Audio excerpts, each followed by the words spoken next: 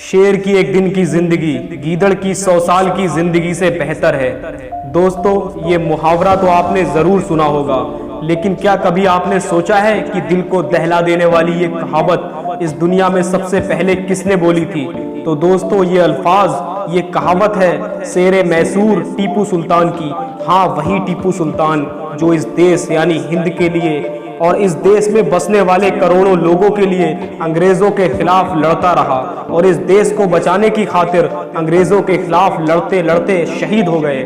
और अंग्रेजों के खिलाफ लड़ते हुए शहीद होने वाला पहला भारतीय सिपह सालार यानी पहला बादशाह भी बना टीपू सुल्तान, जिनको शहीद करने के बाद अंग्रेजों के जनरल ने कहा था कि आज से ये भारत हमारा हुआ। हाँ, वही टीपू सुल्तान कि जो जब तक जिंदा रहा तब तक वो अपने देश भारत और अंग्रेजों के बीच एक पत्थर की दीवार बन के खड़ा रहा। लेकिन जिस दिन अंग्रेज टीपू सुल्तान के महल में ही रहने वाले गद्दारों की मदद से टीपू सुल्तान को शहीद करने में कामयाब हो गए थे, उसी दिन से धीरे धीरे पूरे हिंदुस्तान पर अंग्रेजों का कब्जा होना शुरू हो गया था। और एक दिन वो आया कि पूरे भारत पर अंग्रेजों का कब्जा था, यानी अंग्रेजों की हुकूमत थी। दोस्तों, वो बात अलग है कि जिस शख्स ने हमारे लिए और हमारे वतन के लिए इतनी कुर्बानियां दी, आज उसी इंसान के इतिहास को हमारे ही ऐतिहासिक किताबों से मिटाया जा रहा है। लेकिन दोस्तों, इतिहास को बदलने वाले लोग ये नहीं जानते कि हिस्ट्री कोई ऐसी चीज नहीं है कि जिसको लिखा जाए, क्योंकि लिखने वाली चीज मिटाई जा सकती है। इतिहास लिखा नहीं जाता, इतिहास बनाया जाता है। इतिहास बनाते भी वही लोग हैं जो बनाने के काबिल और बनाने के लायक होते हैं। दोस्तों, आज की इस वीडियो में मैं आपको बताऊंगा कि आखिर टीपू सुल्तान कौन थे, उन्होंने अपनी पूरी जिंदगी कैसे गुजारी और आखिर किस तरह उन्होंने हमारे देश भारत को अंग्रेजों से बचा कर रखा था। टीपू सुल्तान को लेकर आप तमाम लोगों के दिमाग में जितने भी सवाल हैं, मैं उम्मीद करता हूं आज की इस वीडियो को देखकर आपको अपने सारे सवालों के जवाब मिल जाएंगे। दोस्तों, वीडियो शुरू करने से पहले मेरी आपसे छोटी सी गुजारिश है कि अगर आप हमारे चैनल पर नए हैं तो चैनल को सब्सक्राइब जरूर करें और साथ ही साथ बेल आइकन को भी दबा दें, जिससे कि हमारे न्यू अपडेट्स आपको वक्त पर मिलते रहे। हमारी हौसला अफजाई के लिए वीडियो को लाइक जरूर करें। टीपू सुल्तान सल्तनत मैसूर की सुल्तान यानी हैदर अली के सबसे बड़े बेटे थे। टीपू सुल्तान की मां का नाम फखरुन्निसा। जिस वक्त टीपू सुल्तान अपना बचपन गुजार रहे थे, वो दौर था कि जब अंग्रेज हिंदुस्तान में अपने कदम जमाने की भरपूर कोशिश कर रहे थे। टीपू सुल्तान के वालिद ने टीपू सुल्तान की परवरिश का बहुत अच्छा इंतजाम किया था। उनकी तालीम के लिए बहुत दूर दूर से टीचर्स को बुलाया गया था।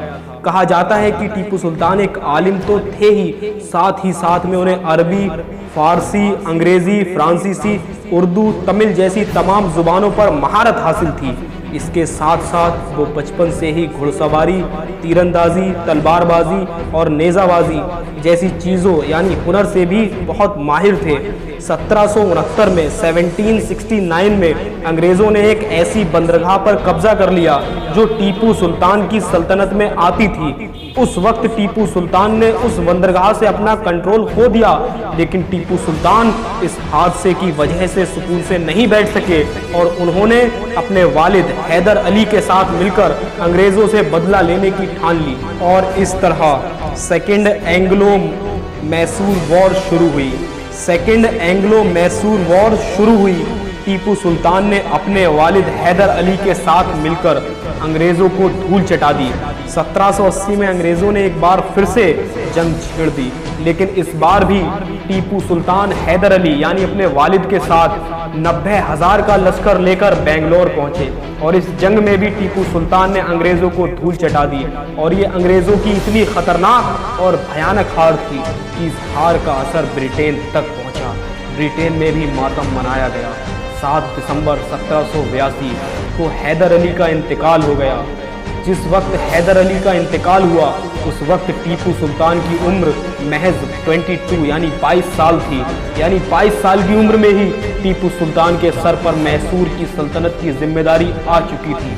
टीपू सुल्तान जब इतनी कम उम्र में ही मैसूर के तख्त पर बैठे तो उन्हें बहुत सी परेशानियों का सामना करना पड़ा। इन तमाम परेशानियों में अंग्रेज सबसे बड़ी परेशानी थी। अंग्रेज बार बार लाख कोशिश करते लेकिन वो टीपू सुल्तान को नहीं हरा पाते थे। टीपू सुल्तान की होशियारी के सामने अंग्रेज़ों की सारी साजिशें नाकाम हो जाया करती थीं। एक वक्त तो ऐसा भी आया कि अंग्रेज़ों को टीपू सुल्तान से समझौता करना पड़ा, और इस समझौते में टीपू सुल्तान ने जो जो शर्तें रखीं उन सभी शर्तों को अंग्रेज़ों को मानना पड़ा। ये इतिहास का पहला और आखिरी मौका था कि जब कोई हिंदुस्तानी अंग्रेज़ों पर इतना भारी पड़ा। टीपू सुल्तान ने हिंदुस्तान के लिए वो किया जो आज तक कोई भी नहीं कर पाया। टीपू सुल्तान की जो नेवी थी, यानी जो जल सेना थी, वो उस वक्त दुनिया की सबसे ताकतवर फौज थी।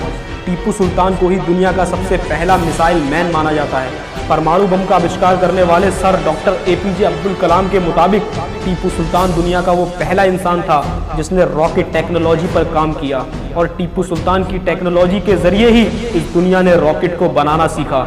अंग्रेज़ों ने बाद में जितने भी रॉकेट बनाए वो तमाम टीपू सुल्तान की टेक्नोलॉजी के ज़रिए ही बनाए गए थे, यानी कि वो सारे उनकी ही टेक्नोलॉजी पर बेस्ड थे, क्योंकि टीपू सुल्तान को शहीद करने के बाद उनकी तमाम टेक्नोलॉजी अंग्रेज़ हिंदुस्तान से लंदन ले गए थे। टीपू सुल्तान ने अंग्रेज़ों के खिलाफ जंग करने के लिए न सिर्फ रॉकेट टेक्नोलॉजी का इस्तेमाल किया, बल्कि जंग करने के नए नए तरीके भी सोचे थे। और टीपू सुल्तान ने जंग करने के तरीकों पर एक किताब लिखी जिसका नाम था फतहुल मुजाहिदीन। ये भारत की पहली किताब थी जो जंग के तरीकों को सिखाने के लिए लिखी गई थी। टीपू सुल्तान ने अपनी सल्तनत में अपने नाम के सिक्के चलवाना शुरू किए। दोस्तों, तुर्की में मौजूद सल्तनत उस्मानिया जैसी बड़ी सल्तनत भी टीपू सुल्तान को बहुत अहमियत दिया करती थी। टीपू सुल्तान को अंग्रेज़ों के खिलाफ लड़ने के लिए जब सिपाहियों की ज़रूरत पड़ी तो टीपू सुल्तान ने सल्तनत उस्मानिया से मदद की गुहार लगाई, जिसके बदले में उस दौर के सल्तनत उस्मानिया के सुल्तान यानी बादशाह ने टीपू सुल्तान की भरपूर मदद की थी। दोस्तों, कहा जाता है कि जब अंग्रेज़ों को पूरी तरह से इस बात का यकीन हो गया था कि हम टीपू सुल्तान का मुकाबला मैदान में नहीं कर सकते, तो उन लोगों ने दूसरा तरीका अपनाया और अंग्रेज़ों ने पैसों का लालच देकर हिंदुस्तान में रहने वाले लोगों में ही गद्दारों को तलाशना शुरू कर दिया, और बदकिस्मती से उन्हें कुछ ऐसे गद्दार मिल भी गए। टीपू सुल्तान के महल में ही रहने वाला टीपू सुल्तान का एक बहुत ही करीबी, जिसका नाम मीर सादिक था, उसने भी लालच में आकर अंग्रेजों से हाथ मिला लिया, और साथ ही साथ उस वक्त के हैदराबाद के निज़ाम और मराठा ने भी टीपू सुल्तान के खिलाफ अंग्रेज़ों की फौज के साथ हाथ मिला लिया। नतीजा ये हुआ कि इन तीनों फौज ने मिलकर टीपू सुल्तान के ऊपर एक साथ हमला कर दिया, और वहीं दूसरी तरफ टीपू सुल्तान के ही महल में जो गद्दार मौजूद था यानी मीर सादिक, उसने भी इनकी अंदरूनी तौर पर बहुत ज़्यादा मदद की। कहा जाता है कि जब टीपू सुल्तान को इस बड़े हमले की खबर दी गई तो उस वक्त टीपू सुल्तान खाना खा रहे थे। इस हमले की खबर सुनते ही टीपू सुल्तान खाना छोड़कर फौरन जंग के लिए उठ खड़े हुए। उन्होंने कुछ वफादार सिपाहियों ने टीपू सुल्तान को ये मशवरा दिया कि सुल्तान, इस वक्त हमारे पास बहुत ही कम फौज मौजूद है, बेहतर ये होगा कि आप इस महल के खुफिया रास्ते से बाहर निकल जाएं और अपनी जान बचा लें, और यहाँ के हालात से हम खुद निपट लेंगे। लेकिन दोस्तों, टीपू सुल्तान ने अपने उन वफादारों से ये ऐतिहासिक लफ्ज़ कहे थे, ये ऐतिहासिक अल्फाज कहे थे कि शेर की एक दिन की ज़िंदगी गीदड़ की 100 साल की ज़िंदगी से ज़्यादा बेहतर है। और अपने चंद वफादार सिपाहियों के साथ अंग्रेज़ों के खिलाफ लड़ते लड़ते 4 मई 1799 यानी 1799 को टीपू सुल्तान ने इस दुनिया को अलविदा कह दिया, और इस तरह टीपू सुल्तान अंग्रेज़ों के खिलाफ लड़कर शहीद होने वाले हिंदुस्तान के पहले शासक बन गए। टीपू सुल्तान के शहीद होने के बाद अंग्रेज़ों की फौज के जनरल ने कहा कि अब ये हिंदुस्तान हमारा हुआ, अब हमें रोकने वाला कोई नहीं। टीपू सुल्तान को शहीद करने के बाद अंग्रेज़ों ने लंदन में एक बहुत बड़ा जश्न मनाया था।